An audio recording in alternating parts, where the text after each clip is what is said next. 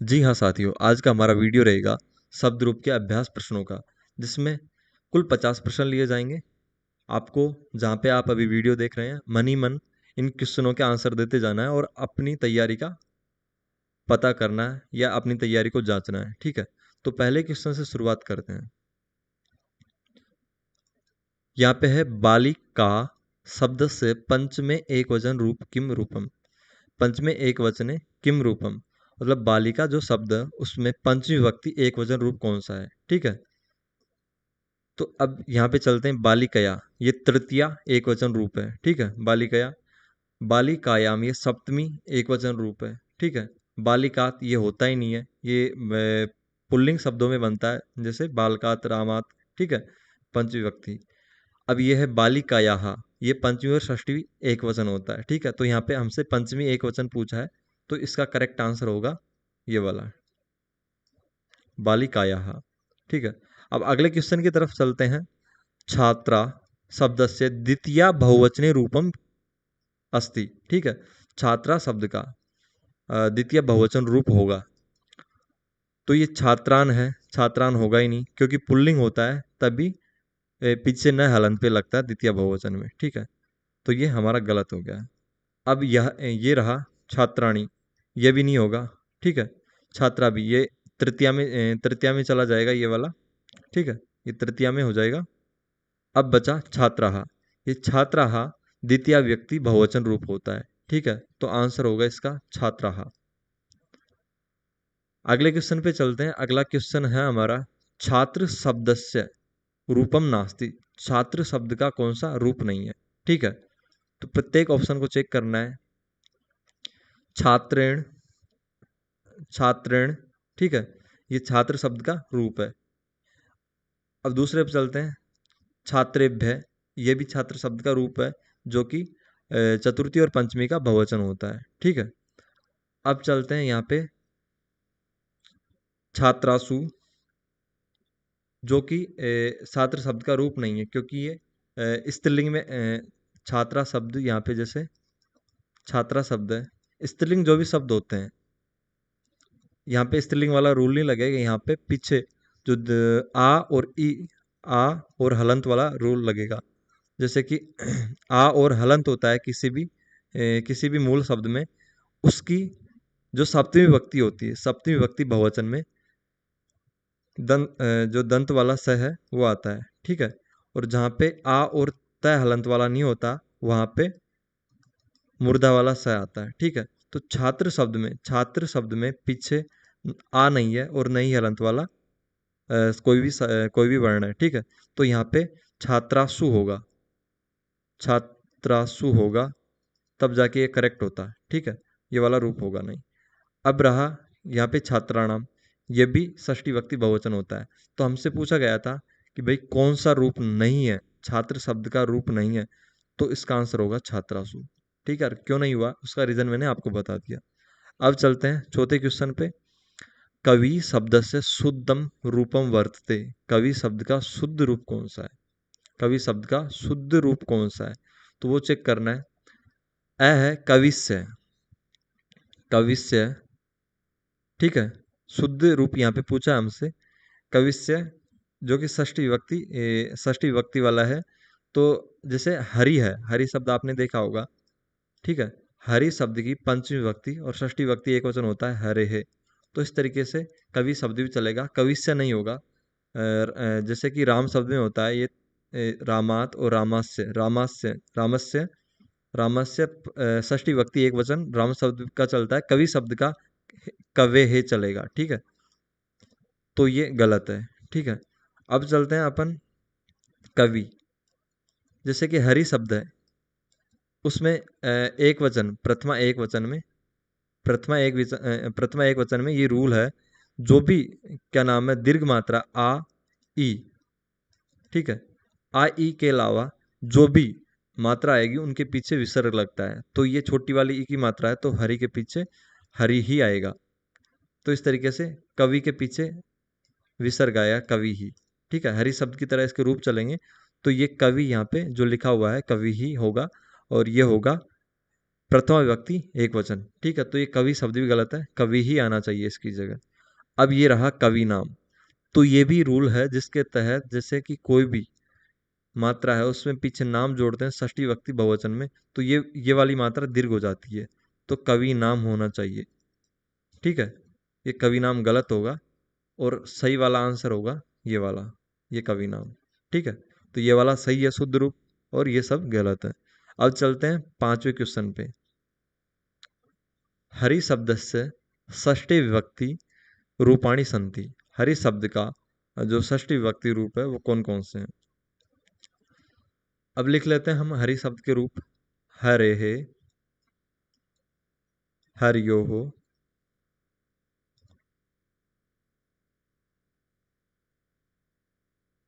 हरिणाम, षष्ठी। ये हरि शब्द के षष्ठी विभक्ति रूप चलते हैं। यहाँ पे दीर्घ हो जाता है नियम के तहत ये मात्रा, जैसा कि हमने शब्द रूप सारणी वाले वीडियो में बताया था क्यों दीर्घ हो जाता है, ठीक है। तो ये वाले कौन से ऑप्शन में है उनको ढूंढना है अपन को। हरे है, हरियो, हरिनाम, ये वाला जैसे कि अपना इस पे जाएगा चांस, लेकिन ये गलत है, ठीक है। और ये तो बिल्कुल गलत ही है, ठीक है। और यहाँ पे विसर्ग आता है षष्ठी विभक्ति द्विवचन में भी, तो यहाँ पे भी ये वाला भी गलत हो जाएगा। तो सही होगा ये वाला ऑप्शन द, ठीक है। अगले क्वेश्चन पे चलते हैं। सर्व शब्दस्य सर्व शब्दस्य षष्ठी बहुवचने रूपम अस्ति, ठीक है। जो सर्व शब्द है उसका षष्ठी बहुवचन रूप बताना है। तो जो भी सर्व शब्द है उसके रूप चलते हैं और षष्ठी विभक्ति में सर्वस्य,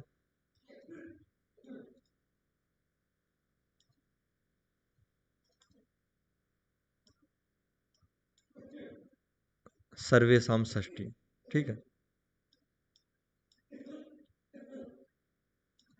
सर्वेशम षष्ठी, ठीक है। तो ये षष्ठी विभक्ति बहुवचन का ये वाला रूप होगा। ये जैसे कि यहाँ पे ये वाला ऑप्शन सही होगा, सर्वेशम षष्ठी। यहाँ पे सर्वेणाम नहीं आएगा, सर्वेणाम नहीं होता है इसमें सर्व शब्द में, ठीक है। और सर्वेशाम भी नहीं होगा ये वाला सर्वासाम, क्योंकि ये सर्वा जो स्त्रीलिंग रूप है, स्त्रीलिंग है सर्वा शब्द, उसके रूप चलते हैं सर्वासाम षष्ठी। ये सर्वा शब्द जो स्त्रीलिंग है उसका षष्ठी विभक्ति बहुवचन होगा। तो यहाँ पे सर्व शब्द है, ठीक है, सर्वा नहीं है, तो ये गलत हो जाएगा। और इसी तरीके से सर्वासाम ये वाला भी गलत है, ठीक है। अगर ये स्त्रीलिंग होता, सर्वा शब्द होता, उसका षष्ठी विभक्ति बहुवचन हमसे पूछा जाता, तो ये वाला आता है, ठीक है। अब चलते हैं अपन अगले क्वेश्चन पे। मति शब्दस्य चतुर्थी विभक्ति एक वचन रूपम अस्ति। मति शब्द का चतुर्थी विभक्ति एक वचन रूप है, ठीक है। तो मति शब्द चलेंगे हरि की तरह, तो चतुर्थी विभक्ति एक वचन इसका रूप होगा मतिये, ठीक है। नॉर्मली हम ये पढ़ते हैं, लेकिन अगर इसका ये ये वाला स्त्रीलिंग रूप भी लिखते हैं तो कभी कभी ये वाला भी लिख देते हैं। तो यहाँ पे दोनों ही सही होंगे, मत ये और मत्ते, ठीक है। ये आपको ध्यान रखना है। तो इसमें उभव हो जाएगा दोनों शब्द, ठीक है। तो मैंने आपको शब्द रूप वाली सारणी में बताया था, जहां पे भी ऐसे आ जाए स्त्रीलिंग में तो वहां पे ऐसे होता है, जैसे कि सर्वस, सर्वस्यई, जहाँ पे यही यही दिख जाएगा, ठीक है। वहां पे स्त्रीलिंग रूप, स्त्रीलिंग शब्द का रूप चलेगा चतुर्थी विभक्ति एक वचन में। तो यहाँ पे ये मत्तई स्त्रीलिंग, अगर मति शब्द को स्त्रीलिंग एकारांत मानते हैं तो ये मत्तई होगा, ठीक है। अगर इसी मति शब्द को पुल्लिंग रूप में मान के इसके रूप चलाते हैं तो ये मतीय इसका चतुर्थी विभक्ति एक वचन होगा। तो यहाँ पे ऐसे नहीं दे रखा मति शब्द पुल्लिंग, अगर यहाँ पे आ जाता मति शब्द पुल्लिंग इकारांत शब्द रूप से चतुर्थी एक वचन है, तो यहाँ पे ये वाला आता, ठीक है। अगर स्त्रीलिंग स्पेशली दिया हुआ था तो ये यहाँ पे ये आता, ठीक है। तो यहाँ पे मति शब्द दे रखा है तो दोनों आएंगे, ये ध्यान रखना है।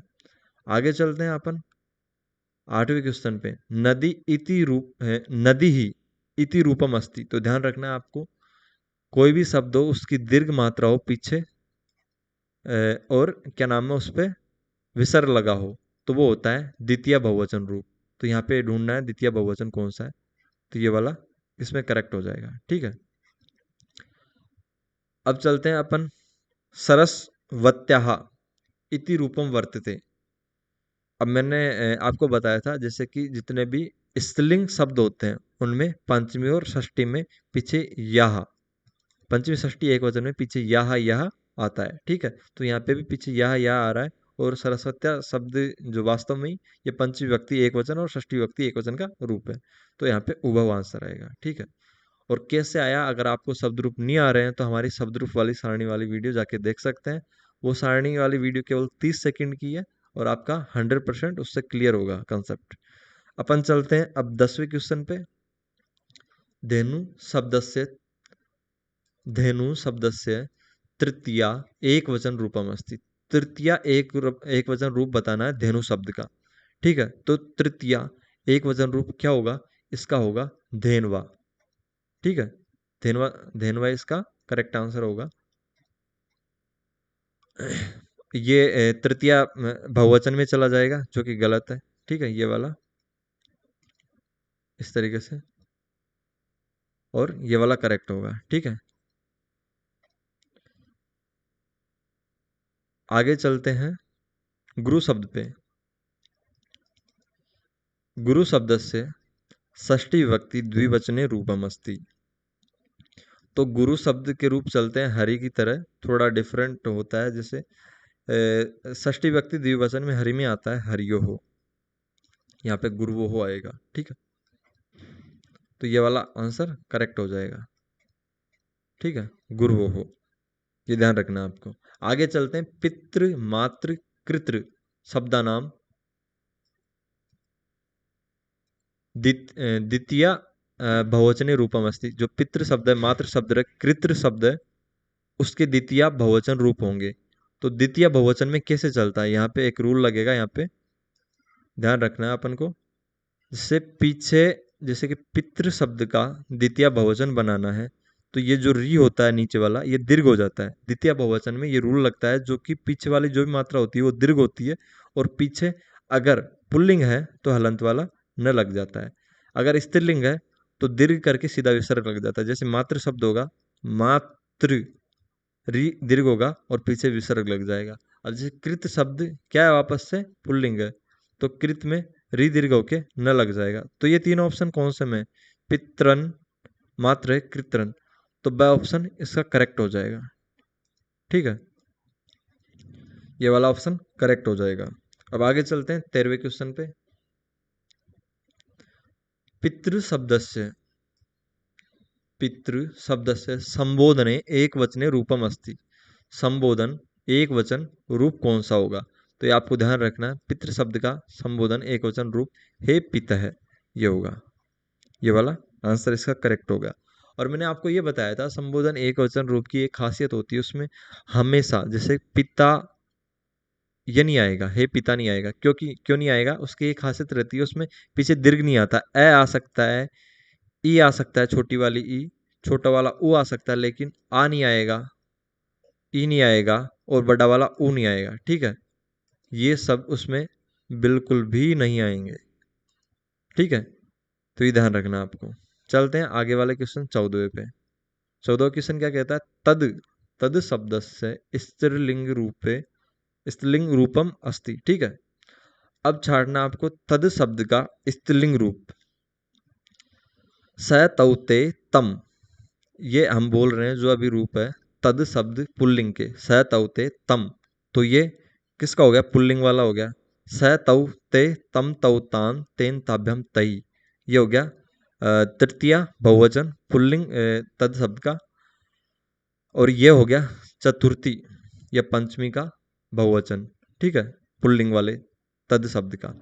स्त्रीलिंग में होगा सा तेता ताम ताम तेता, तो ये स्त्रीलिंग का द्वितीय व्यक्ति एक वचन होगा, तो ये वाला ऑप्शन करेक्ट हो जाएगा। क्योंकि यहाँ पे स्त्रीलिंग वाला, केवल स्त्रीलिंग वाला कौन है वो पूछा है, सा तेता ताम तेता।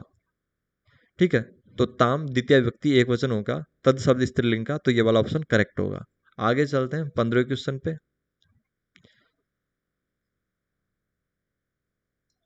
गच्छत श्रीमत भगवत शब्दानाम शुद्धानि रूपाणी संति। ठीक है, तो इनके शुद्ध रूप कौन कौन से होंगे वो अपन को छांटना है।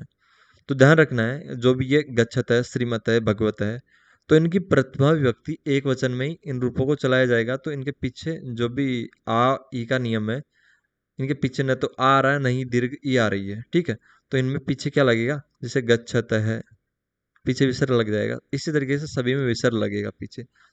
तो क्या नाम है, कौन कौन से में पीछे की तरफ विसर्ग लगा हुआ है उसको चेक करना है अपन को। तो इसमें गच्छत है, श्रीमत है, भगवत है, ये वाला ऑप्शन करेक्ट होगा और यही इसका करेक्ट आंसर है। ठीक है, तो आगे चलते हैं 16वें क्वेश्चन की तरफ। 16वां क्वेश्चन क्या कहता है, इदम शब्दस्य पुल्लिंग रूपम नास्ति। जो इदम शब्द है उसका पुल्लिंग रूप कौन सा नहीं है, ये देखना है अपन को। ठीक है, तो इदम शब्द का पुल्लिंग रूप आभ्य नहीं है। यहाँ पे ध्यान रखना है, आप इदम शब्द जो कि हमने वीडियो डाल रखा है उसमें पढ़ेंगे तो आपको सीधा पता चल जाएगा कि इदम का शब्द रूप, जहाँ पे देखो सीधी बात है, जहाँ पे आ इसका आवास हो जाए, थोड़ा बहुत भी आ रहा है, मतलब दीर्घ वाली चीजें आ रही है, मुख्यतः आ, तो वहां पे स्त्रीलिंग के चांस ज्यादा बनते हैं। ये तुक्का लगाने की ट्रिक है, वैसे हर जगह काम नहीं करेगी लेकिन मैक्सिमम जगह काम करेगी। ठीक है, तो जहां पे भी आ का आभास हो आपको समझ जाना, पुल्लिंग शब्द नहीं है भाई साहब, स्त्रीलिंग शब्द है। तो नास्ति को फोकस करना है यहाँ पे, नास्ति को फोकस करना है कि भाई क्या पूछ रहा है, आप अस्थि मत समझ लेना, ये सब के सब इसके रूप हैं। ठीक है, किसके, इदम शब्द पुल्लिंग के।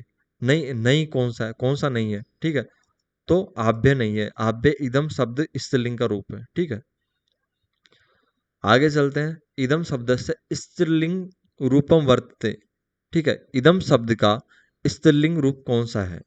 ठीक है, तो मैंने आपको एक चीज और बताई थी, यहाँ पे देखो, यहाँ पे ए आ रहा है, ए आ रहा है। ठीक है, तो आ नहीं आ रहा, आप कौन सी ट्रिक लगेगी। ठीक है, तो आपको एक चीज ध्यान रखनी है, मैंने ये बताया था वो सारणी बनाते समय पीछे यही आ जाए, पीछे क्या आ जाए, पीछे अगर यही आ जाए तो समझ जाना स्त्रीलिंग है, और पीछे इसमें ही आ जाए, ठीक है, मई आ जाए, इसमें या मई कह सकते हैं इसको, लेकिन हर जगह ये ट्रिक भी काम नहीं करेगी, लेकिन मैक्सिमम जगह करेगी। पीछे मई आ जाए तो वो पुल्लिंग होगा। ठीक है, तो यहाँ पे क्या पूछा जा रहा है, यहाँ पे पूछा जा रहा है, ये जा रहा है कि शब्द से स्त्रीलिंग रूपम वर्तते, स्त्रीलिंग रूप कौन सा है, तो ये भी पुल्लिंग है। ठीक है, ये वाला पुल्लिंग है, ये वाला पुल्लिंग है, ये वाला पुल्लिंग है, अस्य यहाँ पे यही आ रहा है पीछे, ये स्त्रीलिंग शब्द रूप होगा। ठीक है, ये वाला ऑप्शन करेक्ट है। आगे चलते हैं 18वें क्वेश्चन पे। 18वां क्वेश्चन, सप्तमी विभक्ति रूपाणी संति। सप्तमी विभक्ति रूप कौन कौन से है, तो इसमें आपको सप्तमी विभक्ति की पहचान करनी है। ठीक है, अस्मिन, अस्याम। ठीक है, तो ये वाला शब्द है, क्या नाम है, पुल्लिंग वाला शब्द है। इसमें पीछे पुल्लिंग वाले में अस्मिन आता है, पीछे न आता है, न। ठीक है, अस्मिन, स्मिन आता है, और पीछे स्त्रीलिंग वाले में आम आता है, आम। ठीक है, इस तरीके से ये गुरु हो गया, गुरव, ये सप्तमी विभक्ति एक वचन है। ठीक है, इस तरीके से ये सब के सब सप्तमी विभक्ति एक वचन को प्रदर्शित कर रहे हैं। यहाँ पे अश्विनी भी सप्तमी विभक्ति एक वचन है, अश्याम भी सप्तमी विभक्ति एक वचन है, गुरु शब्द का ये सप्तमी विभक्ति एक वचन है। तो ये सबके सब सप्तमी विभक्ति एक वचन है, तो ये पहला वाला ऑप्शन ही यहाँ पे करेक्ट हो जाएगा। ठीक है, आगे चलते हैं 19वें नंबर क्वेश्चन पे। 19वां नंबर क्वेश्चन क्या कह रहा है, तुभ्यम अत्र विभक्तिरस्ति। तुभ्यम में कौन सी विभक्ति है, तो आपको जो युष्म शब्द है उनको बोल के देखना है, मन ही मन। जो युष्मत शब्द है उनको बोल के देखना है, उसमें आपको पता चलेगा इसमें कौन सी विभक्ति है। त्वम युवाम यूयम प्रथमा, त्वाम युवाम युष्मान द्वितीया, त्वया युवम युष्माभि तृतीया, तुभ्यम युवभ्यम युष्मभ्यम चतुर्थी। तो इसमें होगी चतुर्थी विभक्ति एक वचन। ठीक है, तो ऑप्शन करेक्ट होगा ये वाला। आगे बढ़ते हैं, अस्मद शब्दस्य द्वितीय विभक्ति रूपम नास्ति। अस्मद शब्द का द्वितीय विभक्ति रूप नहीं है। तो आप अस्मद शब्द बोल के देख लीजिए, कोई बड़ी बात नहीं है, लेकिन एग्जाम में फास्टली करना है इस चीजों को। ठीक है, अहम आवाम वयम प्रथमा, अहम आवाम वयम प्रथमा, माम माम आ रहा है, माम आवाम, आवाम भी आ रहा है, माम आवाम असमान द्वितीया, तीनों आ गए। अब आप ऐसे सोच रहे होंगे अहम आवाम वयम प्रथमा, वयम भी आ रहा है, लेकिन लोचा यहीं यहीं पे है, जो यहीं पे ये वयम आ रहा है। रूप चलते हैं अहम आवाम वयम प्रथमा, इसके रूप चलते हैं अहम आवाम वयम प्रथमा। ठीक है, तो जो ये यहाँ पे पीछे वयम दे रखा है, अच्छा यहाँ पे पूछा हुआ है द्वितीय विभक्ति रूपम नास्ति, तो द्वितीय विभक्ति का कौन सा रूप नहीं है? तो सीधा यहाँ पे आप लगा सकते हैं, सॉरी मैं कुछ गलत बोल गया था, अहम आवाम वयम प्रथमा, ये आ रहे हैं प्रथमा विभक्ति के रूप है, प्रथमा विभक्ति एक वचन के। ठीक है, और माम आवाम असमान द्वितीय, तो ये जो माम आवाम असमान है, माम आवाम असमान है, ये द्वितीय विभक्ति के तीनों एक वचन द्विवचन बहुवचन है। तो यहाँ पे पूछा क्या गया, पूछने में फोकस कीजिए, यहाँ पे थोड़ा गलत पढ़ लिया था, द्वितीय विभक्ति का रूप नहीं है। तो द्वितीय विभक्ति का रूप कौन सा नहीं होगा? ये वाला नहीं होगा, क्योंकि ये प्रथमा का रूप है, अहम आवाम वयम प्रथमा। ठीक है, तो ऑप्शन सही कौन सा होगा? ये वाला वयम, क्योंकि प्रथमा एक वचन का रूप है वयम। ठीक है, तो यहाँ पे थोड़ा मिस्टेक हो गया था पढ़ने में। आगे चलते हैं, सरित्सु इति रूपम वर्तते, सरित्सु इति रूपम वर्तते, तो मैंने अभी आपको थोड़ी देर पहले बताया था इसको पहचानने का ट्रिक। जहां पे भी पीछे सु आ जाए वो सप्तमी विभक्ति में चला जाएगा। ठीक है, सप्तमी विभक्ति में चला जाएगा, तो यहाँ पे पहले से टिक लगा हुआ है, ये सप्तमी विभक्ति बहुवचन होगा। अभी थोड़ी देर पहले ऐसे बताया था मैंने, जहां पे क्या हो, आ और पीछे हलंत वाली चीज हो, वहां पे कौन सा सु आएगा? वहां पे आएगा दंत वाला सु। ठीक है, दंत वाला सा आएगा। और जहां पे क्या हो, जहां पे ये नहीं हो, आ और हलंत वाला त नहीं हो, वहां पे ससटकोण वाला सु, मतलब मुर्दा वाला सु आएगा। तो यहाँ पे जो सरिता शब्द है, उसमें पीछे आ रहा है, आ रहा है मतलब ये वाला सु आएगा, दंत वाला सु। ठीक है, तो इसकी वजह से यहाँ पे सप्तमी विभक्ति बहुवचन रूप होगा यहाँ पे। ठीक है, तो ये आपको ध्यान रखना है। आगे चलते हैं अपन क्वेश्चन नंबर 22 पे। क्वेश्चन नंबर 22 क्या कह रहा है? पंचमी विभक्ति रूपम नास्ति, पंचमी विभक्ति का कौन सा रूप नहीं है, ये अपन को चेक करना है। अब चेक करते हैं एक एक ऑप्शन पे जाके। एत एतस्मात, पीछे लग गया तय। ठीक है, तो यहाँ पे पूछा क्या जा रहा है? पंचमी विभक्ति का रूप नहीं है, तो ये भाई साहब रूप होगा, जैसे कि रामात। ठीक है, एतस्याह, एतस्याह, जैसे कि ये स्त्रीलिंग में चले गए शब्द। ठीक है, तो उनमें पीछे मैंने बताया था, जहाँ पे पीछे यह दिख जाए वो क्या होगा? पंचमी विभक्ति और षष्ठी विभक्ति एक वचन होगा निश्चित रूप से।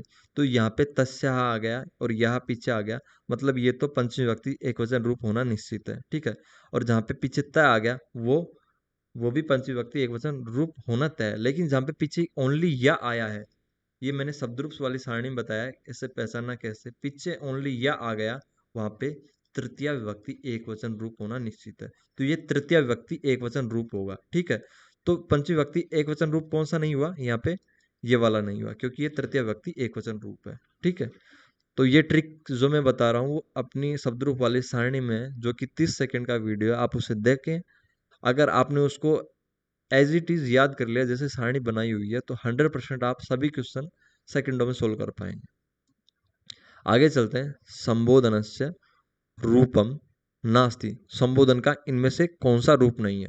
ठीक है, तो मैंने भी अभी थोड़ी देर पहले ही बताया था ये वाला सिस्टम कि भाई कैसे चेक करना है। जहां पे दीर्घ मात्रा आ जाए वो संबोधन का रूप नहीं होगा।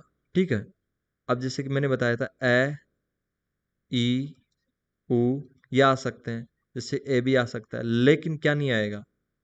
आएगा, आ नहीं आएगा, ई नहीं आएगा दीर्घी, बड़ा ऊ नहीं आएगा, आई नहीं आएगा। मैक्सिमम चांस में कोई जगह आ जाए तो अपवाद हो सकता है, ज्ञाता नहीं है वैसे हम संस्कृत के, लेकिन बता रहे हैं कि भाई ये नहीं आएगा। ठीक है, तो यहाँ पे अगर ये वाला किसी में आ गया तो क्या नहीं है? संबोधन रूप नहीं है। तो यहाँ पे चेक करते हैं, ए आ रहा है इसमें पीछे, ये होगा। इसमें आ रहा है, इसमें भी ए वाली मात्रा आ रही है, ये वाली, ये भी होगा। यहाँ पे आ रहा है, ठीक है, आ, ठीक है, तो ये नहीं होगा। ठीक है, तो आंसर यही होगा। ठीक है, संबोधन रूप नास्ति। अगले पे चलते हैं, पित्रे, पित्रे इति रूपम वर्तते, पित्रे इति रूपम वर्तते। तो भाई साहब सीधा सीधा अगर आपको याद होगा तो आप टेक देंगे चतुर्थी विभक्ति एक वचन रूप। तो इसमें ज्यादा दिमाग नहीं लगाना है। मात्रे, जो भी ये री वाले शब्द आएंगे, स्त्रीलिंग हो चाहे पुल्लिंग, कृत, जो भी री वाले शब्द आएंगे जिनके नीचे री लगा हुआ है, री की मात्रा जैसे क्र के नीचे री लगा हुआ है, उन सभी में जो चतुर्थी विभक्ति एक वचन होगा उनमें पित्रे, मात्रे, कृत्रे ऐसे ही होगा। ठीक है, तो चतुर्थी विभक्ति एक वचन का ये रूप होगा। तो आंसर टिक कर लीजिए, इसमें ए ऑप्शन करेक्ट आंसर है, चतुर्थी विभक्ति एक वचन। अब चलते हैं वधु शब्द से, 25वां क्वेश्चन है, वधु शब्द से प्रथमा एक वचन, प्रथमा विभक्ति एक वचन रूपम अस्ति। ठीक है, तो नियम के अनुसार इसमें क्या क्या होना चाहिए, प्रथम विभक्ति एक वचन के रूप में चलते हैं। जहाँ पे भी पीछे कौन सा रूल चलता है, वहां पे आ ई की मात्रा के बाद आ और ई आ जाए तो पीछे विसर्ग नहीं आएगा, और आ और ई नहीं है तो विसर्ग आएगा। तो यहाँ पे आ और ई नहीं है तो निश्चित रूप से विसर्ग आएगा। तो option number A is correct answer, definitely. Okay, आगे चलते हैं 26वें नंबर के क्वेश्चन पे। गंतव्यतः अत्र विभक्ति किम वचनम च है। ठीक है, तो पीछे तय है, ए है, ये वाला आ गया तो शब्द रूप सारणी की हमारी ट्रिक के अनुसार इसमें सीधा होना चाहिए। पहली बात तो ये प्रथमा में चला जाएगा, प्रथमा में जाने के बाद ये चला जाएगा सीधा बहुवचन में। ठीक है, बहुवचन की पहचान होती है पीछे ए और पीछे विसर्ग। ठीक है, तो हमारी शब्द रूप वाली सारणी में ये ट्रिक दी हुई है, आप वहां जाके मैच कर सकते हैं। तो ये इस ट्रिक को फॉलो कर रहा है, इस रूल को, इस वाले रूल को। ट्रिक नहीं है ये, वास्तव में रूल है। ठीक है, तो प्रथमा बहुवचन इसका आंसर करेक्ट हो जाएगा, ये वाला। ठीक है, अब चलते हैं 27वें नंबर क्वेश्चन पे। गो शब्द से द्वितीय विभक्ति रूपाणी संति, गो शब्द के द्वितीय विभक्ति रूप होंगे, गो शब्द के द्वितीय विभक्ति रूप होंगे। तो सीधी बात है, इसमें नियम लगा दीजिए द्वितीय विभक्ति का। द्वितीय विभक्ति में चलता है, द्वितीय विभक्ति एक वचन का सभी में रूप है कि जो मूल शब्द है उसमें क्या जोड़ दीजिए, मैं जोड़ दीजिए हलंत वाला। ठीक है, तो ये यहाँ पे गा के पीछे जो हलंत लगा हुआ शब्द है वो एक में भी नहीं है यहाँ पे। तो अपन को क्या करना है, ये मैं है, इसको ऐसे भी लिख सकते हैं गाम। तो अब ये देख लीजिए फर्स्ट वाला जो अक्षर है उसमें गाम किस में है, यहाँ पे नहीं है, ये गलत हो जाएगा। यहाँ पे भी नहीं है, ये भी गलत हो जाएगा। यहाँ पे भी नहीं है ये, और यहाँ पे है, तो ये वाला सही हो जाएगा। तो सीधा ये टेकना है गाम को देख के, द्वितीय व्यक्ति एक वचन। पीछे आप और भी रूप आगे बढ़ा सकते हैं। ठीक है, तो फर्स्ट रूप को इसने मतलब इस वाले ने सेटिस्फाई किया था। ठीक है, आपको दिखाई नहीं दे रहा होगा, तो गाम। तो ये वाला 27 जो क्वेश्चन है उसका ऑप्शन भी करेक्ट होगा। 28वें क्वेश्चन पे चलते हैं। 28वां क्वेश्चन है, वारी शब्द से प्रथमा बहुवचन रूपम अस्ति। ठीक है, तो वारी शब्द का प्रथमा बहुवचन रूप होगा। तो इसमें वारी शब्द का प्रथमा एक बहुवचन रूप होगा। तो आप वारी शब्द अगर आपने पढ़े होंगे तो आपको पता होगा ये होता है द्वितीया, वारिणी ये होता है द्वितीया, और ये होता है ये वाला होता है इसका बहुवचन। प्रथम विभक्ति द्विवचन, प्रथम विभक्ति बहुवचन, इस तरीके से चलते हैं, वारी, वारिणी, वारिणी। ठीक है, इस तरीके से इसमें चलते हैं। तो यहाँ पे पूछा हुआ प्रथम विभक्ति बहुवचन रूप, तो ये वाला प्रथम विभक्ति बहुवचन रूप होगा, जो कि है ऑप्शन नंबर 6 करेक्ट आंसर।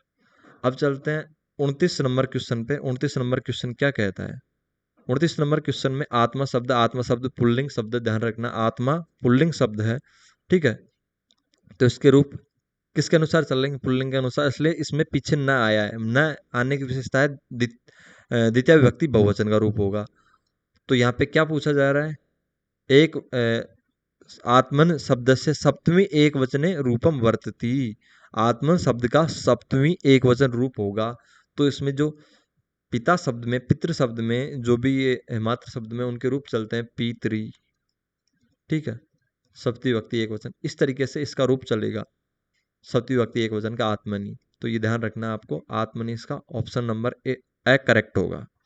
अब चलते हैं, ये ध्यान ही रखना है आपको, पितृ जो शब्द है उनकी सप्तमी विभक्ति एक वचन के अनुसार, जो पितृ शब्द चलता है या मातृ, ठीक है, इस तरीके से यहाँ पे आत्मनि होगा। अब चलते हैं 30वें क्वेश्चन पे। 30वां क्वेश्चन क्या कहता है, कवि शब्दस्य षष्ठी विभक्ति द्विवचने किम रूपम अस्ति। कवि शब्द की षष्ठी विभक्ति द्विवचन में मतलब कौन सा रूप है। तो कवि शब्द है वो हरि के सिमिलर है ना, हरि भी इकारांत पुल्लिंग है, कवि भी इकारांत पुल्लिंग है। हरि का जो क्या नाम है षष्ठी विभक्ति द्विवचन है वो होता है हरियो हो, ठीक है। तो कवि का भी बना दो, कवि का होगा जो यहाँ पे र है वो आधा हो गया, यहाँ पे जो वह आ रहा है उसको आधा कर दीजिए, कव्य हो, ठीक है, बस हो गया काम। अब देख लो कौन सा ऑप्शन सही है। आप इस पे मत जाना, ये गलत है, ये वाला गलत है, क्योंकि जो हरि शब्द है उसके अनुसार ही कवि शब्द चलेंगे, क्योंकि दोनों इकारांत पुल्लिंग शब्द है। तो कव्य हो इसका ऑप्शन नंबर बी करेक्ट होगा, ये ध्यान रखना है। आगे चलते हैं 31वें नंबर क्वेश्चन पे। 31वां नंबर क्वेश्चन क्या कह रहे हैं, तो सुनिए इसको भी। पति शब्द से, पति शब्द है, यह भी हरि की तरह चलेगा लेकिन इसमें थोड़ा डिफरेंट है। पति शब्द से इसमें थोड़ा आद्य होने का लफड़ा है। पति शब्द से पंचमे एक वचन रूपम अस्ति। पति शब्द का पंचमी एक वचन रूप कौन सा है, ठीक है। तो वैसे हरि शब्द के अनुसार कौन सा होना चाहिए था, हरि शब्द के अनुसार इसमें होना चाहिए था हरे, हरे हे होता है पंचमी एक वचन हरि शब्द का, इसमें पते हे होना चाहिए था ये वाला, लेकिन वैसा इसमें ये नहीं आता, ये गलत है, इसमें आता है पत्युहु, ठीक है। इसका ऑप्शन नंबर द करेक्ट होगा, तो ये आपको याद रखना ही है, पत्युहु। देखो एक बात तो सीधी ध्यान रखनी है, पीछे जहाँ पे ये आ जाए मतलब तय के अलावा जहाँ पे आपको ये दिख जाए तय हलंत में जिस भी शब्द के पंचमी विभक्ति एक वचन में, वहां पे तो विसर्ग नहीं आएगा, लेकिन तय के अलावा प्रत्येक में जो पंचमी और षष्ठी है उसके एक वचन में विसर्ग आएगा। तो पंचमी एक वचन पूछ रहा है तो विसर्ग देखना है, तो ये वाले ऑप्शन तो वैसे ही गलत हो गए, इन दोनों में से एक करेक्ट होगा, ए और द में से। तो बस इस वाले को भी गलत करना है, क्योंकि अपन को याद रखना है कि पत्यु सही होता है। अब आगे चलते हैं क्वेश्चन नंबर 32 पे। क्वेश्चन नंबर 32 क्या कहता है, भूपति शब्द से पंचमे एक वचन रूपम भवति। भूपति शब्द का पंचमी एक वचन रूप है, ठीक है। तो इसके शब्द भी जो पति शब्द है उसके अनुसार ही चलने चाहिए थे, लेकिन नहीं चलेंगे, क्योंकि जो पति शब्द मैंने मैंने बोला था ये मतलब इसका रूप थोड़ा डिफरेंट चलता है, अन्यथा भूपति शब्द किसके समान है, हरि के। तो मैक्सिमम केस में अपन को जो इकारांत पुल्लिंग है तो हरि के समान ही चलाने उनके, ठीक है। कुछ एक को याद रखना है, जैसे पति शब्द है तो हरे है, इसके अनुसार इसका कौन सा हो जाएगा, भूपते है, ठीक है। भूपते कौन से ऑप्शन में है, विसर्ग वाले नहीं है। पहली बात तो ये ध्यान रखना है, जहाँ पे तय हलंत वाला हो वहां पे विसर्ग नहीं आएगा, अन्यथा पंचमी षष्ठी के एक वचन में हमेशा विसर्ग आएगा। तो ब में विसर्ग नहीं है, ये गलत हो जाएगा। स में विसर्ग नहीं है, ये गलत हो जाएगा। तो ये पति शब्द के अनुसार नहीं चलेगा, द भी गलत हो जाएगा। Option number A is correct answer, ठीक है। अब चलते हैं 33वें नंबर क्वेश्चन पे। 33वां नंबर क्वेश्चन क्या कहता है, पढ़ते हैं। गुरु शब्द से संबोधने एक वचन रूपम किम। तो मैंने आपको पहले ही बताया था, जहां पे संबोधन आ गया वहां पे दीर्घ मात्रा नहीं आएगी, ठीक है। इसका आपको विशेष रूप से ध्यान रखना है, जैसे कि यहाँ पे आपको फिक्स ध्यान रखना है, हे गुरु नहीं होगा संबोधन में, हे गुरुवा नहीं होगा, एक वचन रूप पूछ रहा है, ठीक है। तो हे गुरुवा ये बहुवचन रूप हो जाएगा, ठीक है। तो ये वाला नहीं होगा, इस तरीके से एक वचन रूप होगा हे गुरु। तो मैंने बोला था आपको ओ आ जाए लेकिन औ नहीं आएगा किसी भी जगह, ठीक है। औ आता है हमेशा सप्तमी एक वचन में, अगर किसी जगह आता है तो सप्तमी एक वचन होगा, न कि संबोधन। संबोधन में हमेशा लघु मात्रा ही आती है, ओ लघु मात्रा है, उ लघु मात्रा है, अ लघु मात्रा है, ठीक है। इस तरीके से ऑप्शन नंबर श करेक्ट होगा। चलते हैं 34वें नंबर क्वेश्चन की तरफ। 34वां नंबर क्वेश्चन क्या कह रहा है, फल शब्द से संबोधने एक वचन रूप किम। फल शब्द का संबोधन एक वचन रूप कौन सा है, ठीक है। तो अब ऑप्शन नंबर ए की तरफ चलते हैं। हे फल, हे फलम, हे फलानी। तो ये तो हो गया फल शब्द का संबोधन का बहुवचन रूप है। ठीक है, संबोधन एक वचन रूप पूछ रहा है तो संबोधन का बहुवचन रूप ये हो गया। ठीक है, फलम फले फलानी। ठीक है, हे फले हो गया द्विवचन रूप। ठीक है, और फलम होता ही नहीं है, और ये हे फल संबोधन एक वचन रूप होगा, तो अपना ऑप्शन नंबर एक करेक्ट होगा। ठीक है, संबोधन एक वचन हे फल, हे फले, हे फलानी संबोधन, तो संबोधन एक वचन रूप हुआ हे फल। तो आपको ध्यान रखना है इसमें ये वाला होगा। अपन चलते हैं 35वें नंबर क्वेश्चन पे। कुछ चीजें याद रखने की ही होती है, जैसे कि फल शब्द में संबोधन एक वचन रूप है तो हे फल होगा, तो इसको याद रखना ही है। ठीक है, अब चलते हैं वारी शब्द से शुद्ध रूपम नास्ति। तो मैंने आपको वारी शब्द पढ़ाते समय भी बताया था। ठीक है, और अब भी बता रहा हूँ कि वारी में तीन कंडीशनें पॉसिबल है। एक तो वारी शब्द, ये तो मूल रूप है। ठीक है, वारिणी, वारी वारिणी। ठीक है, और वारिणी। अब ये कैसे कैसे है, जैसे कि वारी शब्द चलता है वारी, वारी, वारिणी और वारिणी, इस तरीके से चलता है। एक लघु एक दीर्घ, एक दीर्घ एक लघु, इस तरीके की मात्रा चल जाएगी। लेकिन जैसे कि ये वारी शब्द ये वाला एक प्रथमा का द्विवचन रूप होगा वारिणी, जैसे कि यहाँ पे मैंने बताया। ठीक है, ये वारिणी, ये वाला जो यहाँ पे दीर्घ मात्रा है ई की, और यहाँ पे लघु मात्रा है, ये प्रथमा का बहुवचन होगा। ये द्विवचन है और ये बहुवचन है। और ये सप्तमी, जैसे कि मैंने बताया था, यहाँ को इसको हटाते हैं एक मिनट। जैसे मैंने बताया था आपको पीतरी,